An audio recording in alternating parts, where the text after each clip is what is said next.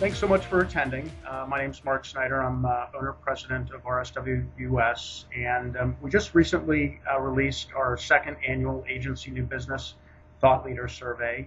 6 industry thought leaders posed questions across a variety of industry trends for agencies to answer. We had over 260 agency principals respond to the survey, which was great. And one of the thought leader panelists is Blair Enns, who we're talking with today. Welcome, Blair. Thanks so much for spending some time with us. Thank you, Mark. Questions in this section of the Thought Leader release come from Blair. Blair is the founder of Win Without Pitching, a sales and marketing training company serving the creative professions. Win Without Pitching helps agencies transform from a pitch-based business development approach to one where they command the high ground in the buy-sell relationship and take control of how their services are bought and sold. Prior to launching Win Without Pitching in 2002, Blair spent 12 years in account service and business development roles for some of the world's largest advertising agencies and some smallest design firms as well. And Blair can be reached via his website at www.winwithoutpitching.com. And once again, welcome, Blair. Thanks so much for taking the time today. Yeah, my pleasure. So I want to throw out some questions to you just about some of the feedback we got from agencies in the survey. One of the things that we did ask each of the thought leaders to do was to provide some advice to agencies. If you had to give them one piece of advice, what would it be? And so I want to begin with that.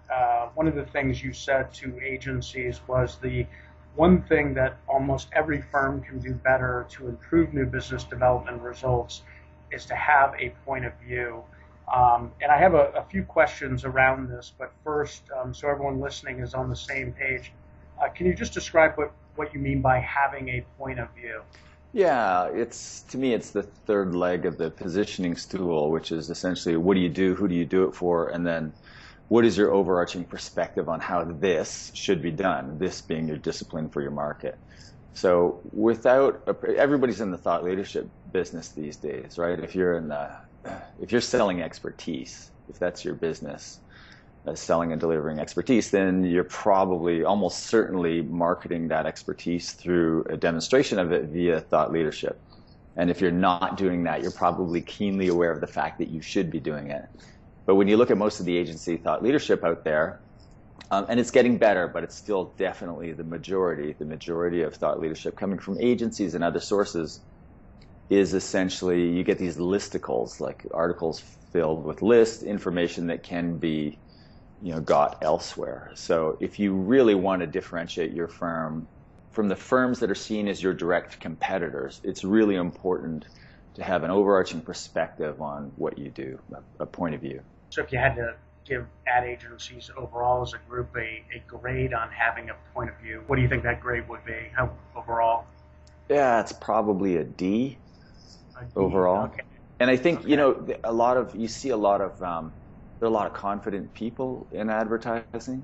Right. So you see a lot of articles and speeches, etc., that are delivered with conviction, but that's not the same thing as having a point of view. A point of view should be somewhat polarizing. In fact, the denser the competition in your space, the more important it is for your point of view to be polarizing, to set you apart. And if through your positioning you've carved out a niche where there's very few competitors, it's less important to have a point of view. But most creative firms and ad agencies in particular are not all that differentiated from their competitors. So one of the ways that they can achieve that differentiation, it's essentially a secondary level of differentiation, is through having a point of view. And that means actually looking at the problem differently or thinking about it differently than their competitors, not just having conviction. Yeah. Why do you think it is so difficult for agencies to come to the table with a point of view or create a point of view and really take ownership of it? Yeah, there are a bunch of reasons, but the core reason, it's the same reason why most creative firms are poorly positioned or undifferentiated, and that is because It is the nature of the creative mind to want to solve the problems it has not previously solved.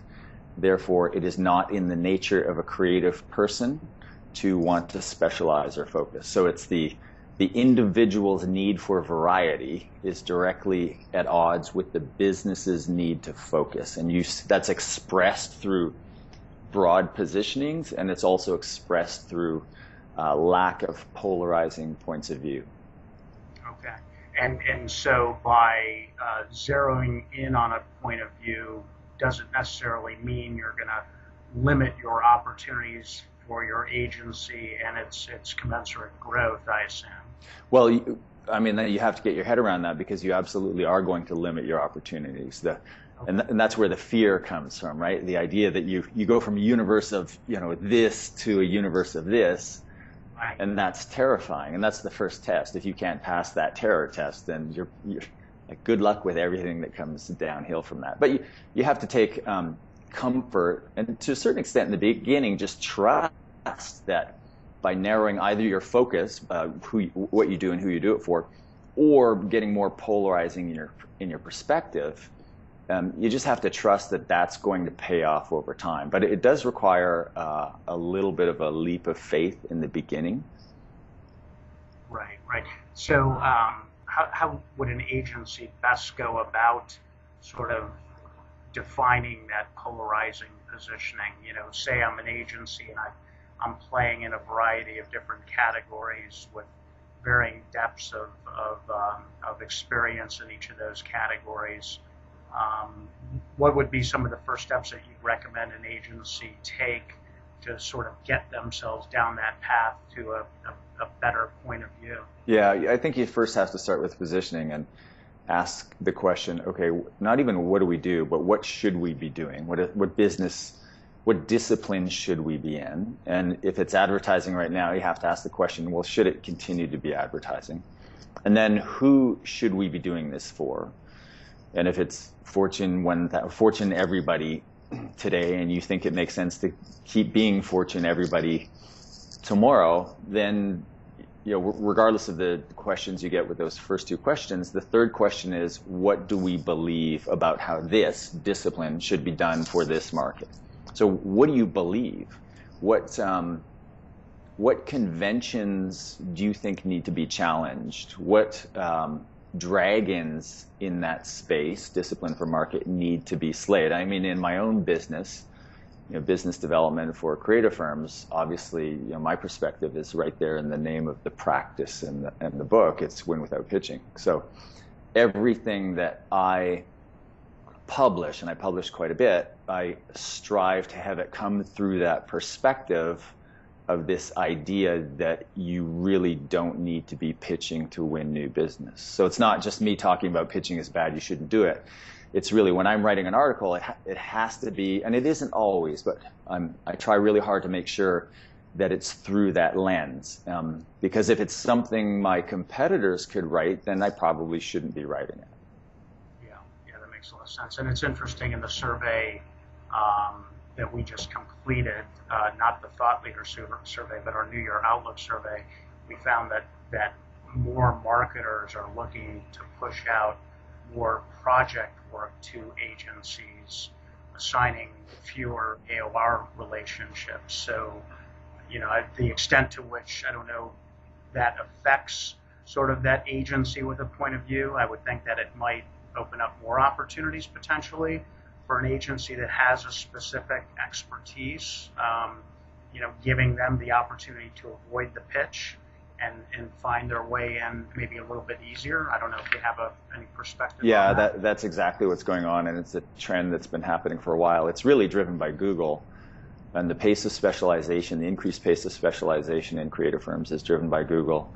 And so you're seeing these more fragmented rosters where instead of one AOR taking care of everything, or even 3 or 4, there might be some main agencies on the roster, but then they hire these highly specialized firms for these very specific engagements. And some of those very specific engagements are highly profitable.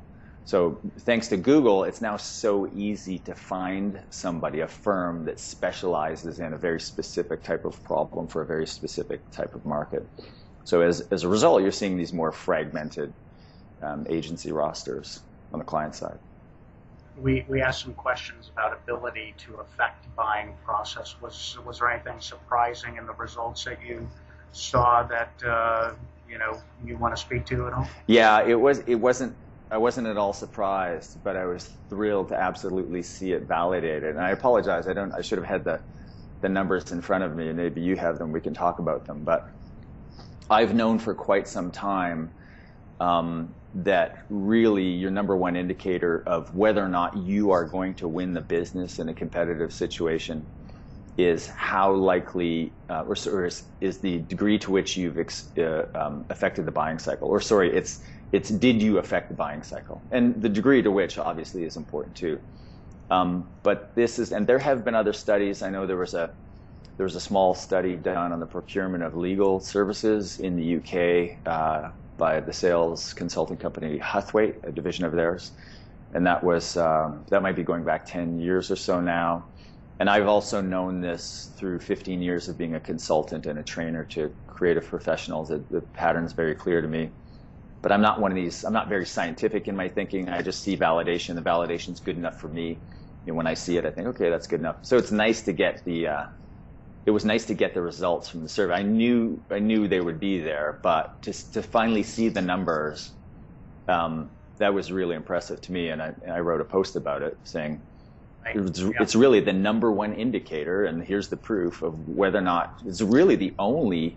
If you could only track one thing, one predictive indicator of whether or not you are going to win the business, this is it. Did you affect the buying process? And I have a question about that, but just to quote the numbers here, we asked a question thinking about the most recent new business opportunity that you won. To what extent were you able to affect the buying process? And 41% said significantly, 47% said moderately, and only 12% didn't affect the process. So really validates what you're saying. And then we asked on the flip side, thinking about the most recent new business opportunity that you lost, to what extent were you able to affect the buying process? And 63% of agencies said they weren't able to affect it. So clearly it has an influence on their ability to win or not win a piece of business. So my question to you is, when we ask about affecting the buying process, that could kind of manifest itself into a lot of different dimensions. Yeah. In your world, what does that mean, and what advice would you give to an agency and trying to affect the buying process? Yeah, so when I say affect the buying process, and I've had some questions on social media about that, what do you mean by affecting the buying process? It's a good question. Really, it comes down to you changing the way your clients are going about buying or procuring your services or choosing a firm. So if you haven't pushed back on the established selection process, and which is, in my opinion, of many years of doing this, that most agency selection processes are flawed, arduous for the agency and even the client sometimes, and even a lot of times just absolutely outright ridiculous, right? So if you so instead of, I was trained to just kind of shut up, smile, nod, and do what the client asked and demonstrate our kind of service-oriented nature. The customer is always right. That's how I was brought up in the agency business. But that's not, I've known for a long time now, that's not, those people don't win. The people who win are most likely to win. They're not the polite, compliant rule followers when the client comes along and says, here's the RFP, here's the process, here are the rules, follow the rules. It's the people who push back and get the rules changed. And to a certain extent, there's a book that came out about 5 years ago. I'm sure most people watching this are familiar with it. It's called The Challenger Sale, and it was done based on a significant amount of research done in the B2B space. And it essentially says the same thing, that the most successful salespeople are not the ones who, are the polite, compliant rule followers. They're not the service-oriented ones. They're not the people who do great at responding.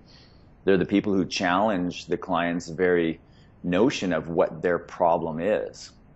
And then I just take it one step further and say not only what their problem is, but how they should go about hiring a firm like yours.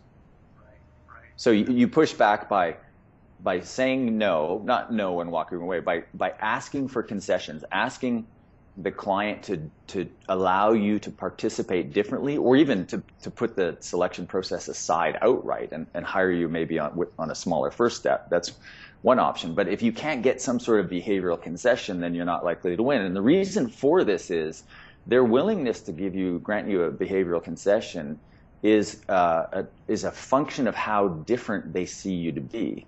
So this comes back to positioning and perspective. If they see you as meaningfully different, and you ask them to treat you a little bit differently, you're more likely to be granted that request. But first, they have to see you as meaningfully different, or at least it's a lot easier if they see you as meaningfully different. And secondly, they have to be willing to be able to do that. Yeah. I think I know what your answer is going to be here, but I'll go ahead and ask it anyway. Why don't more agencies ask for some sort of, behavioral, how'd you characterize it? Some sort concession, of yeah. Concession, yeah. Why do you think more agencies don't seek out behavioral concessions? I think they're under this mistaken notion that they're in the service business and the customer's always right. They don't fully appreciate that they're in the expertise business and the customer is usually wrong, or at least their kind of default perspective going in should be, okay, well, the customer's inside the jar. They can't really read the label. They don't have a valid perspective on their own situation like I, as an outsider, do. So I think, a lot of people in the agency business and advertising new business in particular, they're generally confident people. So if they could just kind of channel that confidence and think and believe that, the client's notion of what he needs or she needs and how they should go about procuring it is probably wrong. And if it is wrong, I'm just going to be honest with them and push back on the places where it makes sense to push back. Can an agency have and own a point of view around an offering versus a sector, or do you think that is limiting and not sustaining long term? I think by offering you mean what it is that you do? What it is that you do, some sort of technology specialty or expertise, unique expertise in a certain deliverable. Technological advantage would be something that I would characterize as product, which is your collection of skills, capabilities, processes, and other assets that supports your positioning.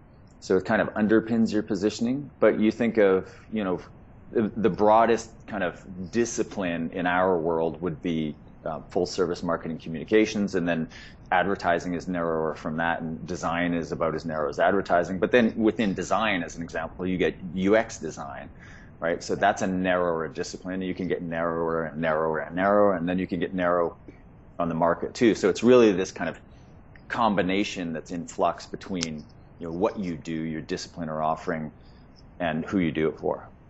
Yeah, and I think I've just asked a question. I've seen agencies try and own, specific, kind of base their whole offering around a certain technology, and I think, given the speed with which things are moving today, you might have a unique position today, but tomorrow, unless you're way on top of it and evolving and innovating, the likelihood is that that unique position is going to go away tomorrow because it's going to become a cost of entry to some degree across agencies. I think a great example of that is social media. If you see in your firm, and you're saying this to the world, that we're a social media firm, you're probably vulnerable because you're basing your positioning on the tools that you use rather than the problems that you help solve. So you're better off to look at, what is it that you're using social media to help your clients do, and then frame your offering around that rather than the tools, because the tools are going to change. That's like back in the day, a firm saying we're a Web 2.0 firm or a new media firm, right? New media, then they changed to Web 2.0, and finally people got wise and quit kind of reflecting the term du jour. Yeah, yeah. Well, it's not unlike some of the early days of the digital firms and, owning sort of digital and the creative, elements of what they can do digitally. And, it becomes difficult to own things like that. One of the other questions we asked was, what resources do you utilize to learn about a prospect's developing needs? And we asked a variety of things. The number one was the prospect's website. Number two was my network and referrals. Number three was trade journals. Others was posts on social media sites. Any perspective around any of those results that you want to provide? Yeah, I mean I think the question's kind of reflective of an approach to business development that I try to kind of grow my clients out of, I'm not kind of trying to dismiss outbound. There's definitely a role for outbound, especially highly targeted outbound around those best clients, the kind of top 20 or so clients that you identify, or prospective clients that you think would be ideal clients for you. It's really important to kind of reach out to them and begin a relationship with them. It's also important to kind of keep track of timely things. I know the list has Daily Vista, and and there are other resources out there just watching the news, keeping track of kind of current trends, or current happenings, not trends. But in terms of doing research on your clients, I think the best research you can do is you can publish thought leadership regularly with a strong perspective, and then you can, well, the data that you would be looking at is how people are interacting with your content. And that's the place where, business development wise, everybody wants to get to, where it's either inbound inquiries I refer to that as a kind of a tier 1 lead, when somebody reaches out to you, holds up their hand and says, I want to have a conversation about a need. And what I consider to be a tier 2 lead is somebody who is interacting with your content, with your thought leadership. And through their interaction with that content, primarily on your website, they're demonstrating that they probably have a need or an interest, and then you reach out to them. And then a tier 3 lead to me is just a name on a list where you would kind of smile and dial. So I think, the best research, the best data you can have is you can drive people to you and just use the tools, primarily of marketing automation and all the other analytics tools, to figure out who is probably the most interested, and even what specific challenge they're interested in, and then reach out to them. And you're in the business of generating these leads, and you know how much easier it is to phone somebody who's already aware of the firm, who's already interacting with the content, and you have some sort of clue about the fact that they're interested in X. Like, you want to make those calls all day long, right? Yeah. I wish every call was that easy. And your clients just expect you to, here's a list of 5,000 people, call them and get me some meetings. Like it's that easy. Yeah. Hey, you mentioned marketing automation, and I know you didn't ask questions specifically about it, but there were some questions in the survey about marketing automation, and I'm just curious as to kind of what your perspective is as it relates to an agency's use of marketing automation. How reasonable is it for them to use it? How far should they go with it? Do they go as far as they might go using it, say, for their industrial manufacturing client that they represent, or are there differences in the agency world relative to their client's world as it relates to automation and its purpose and function in generating leads and prospecting? You're talking about generating leads for the clients or generating leads for the agency? The agency, yeah. Yeah, it's really interesting. And so I did a study about 3 years ago with David Baker from Recourses and Mark O'Brien from Newfangled on digital marketing in the agency world. And it was really interesting in that, so this is 3 years ago now, about 2012, maybe 2013. Very few, I think it was about 18% of firms were using full-blown marketing automation. Sure. But they were the most successful firms from a marketing point of view.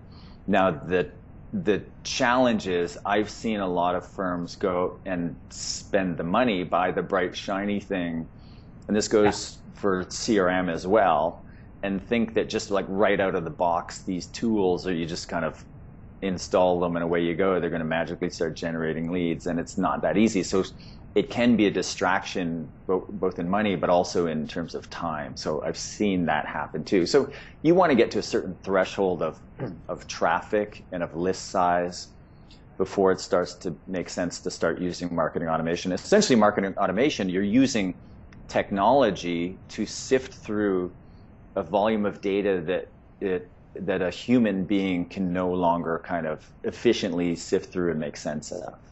Well, let me just ask you before we close out here, I mean, any other perspective or advice you'd like to offer our viewers today? Many, if not all of which I assume are agencies that, are interested in what you've got to say. Any other perspective you want to leave them with? I would say when shortly after you published the results of the survey, I wrote an article, and it's on winwithoutpitching.com. I think it's called The Only New Business Indicator You Need, or something like that, but it was published in late 2015, where I basically unpacked the results of those two questions. And the question is really about to what extent did you affect the buying cycle in the business that you won, and to what extent did you affect the buying process in the business that you lost. So, and one of the, as I unpack those numbers, it's clear that you're 10 times more likely to win.